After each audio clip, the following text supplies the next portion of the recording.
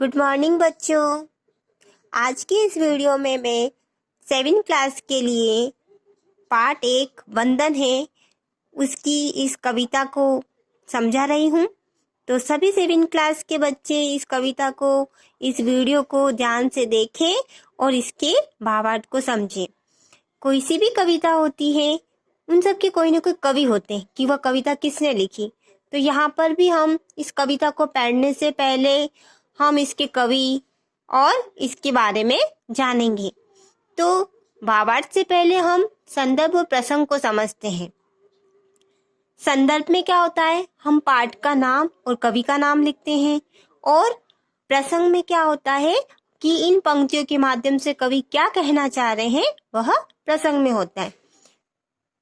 संदर्भ: प्रस्तुत पंक्तियां हमारी हिंदी की पाठ्य पुस्तक के वंदन है कविता से ली गई है।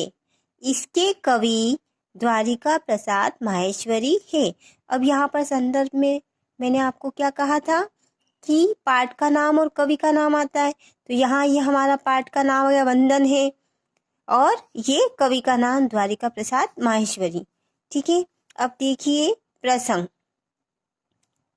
प्रस्तुत पंक्तियों में कवि ने मातृभूमि की अनेक विशेषताओं का वर्णन किया है। मतलब ये जो भी पंक्तियां हैं कविता की, उसके माध्यम से कवि ने क्या किया है कि हमारी जो मातृभूमि है उसकी विशेषताओं को बताया है।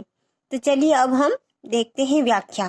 व्याख्या मैं आपको बुक से समझा रही हूँ, वो देखें।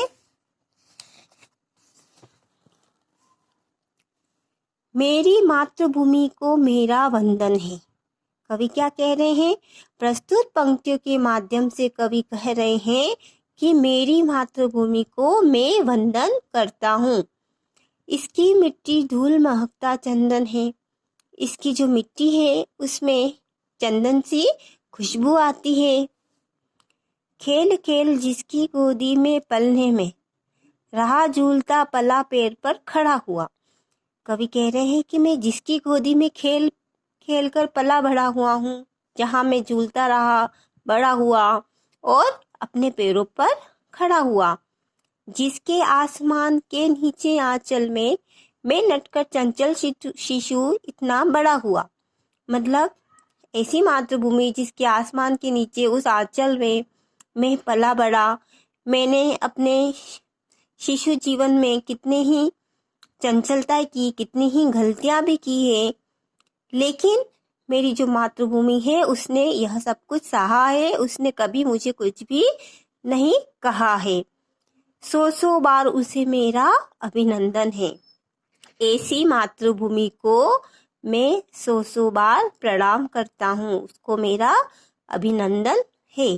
ठीक है, इस वीडियो में मैंने यहाँ तक ही बताई है। अब जो अगली वीडियो है उसमें हम इस सेकंड वाले पैराग्राफ की व्याख्या को समझेंगे। तब तक आप इसे देखें। Okay, thank you.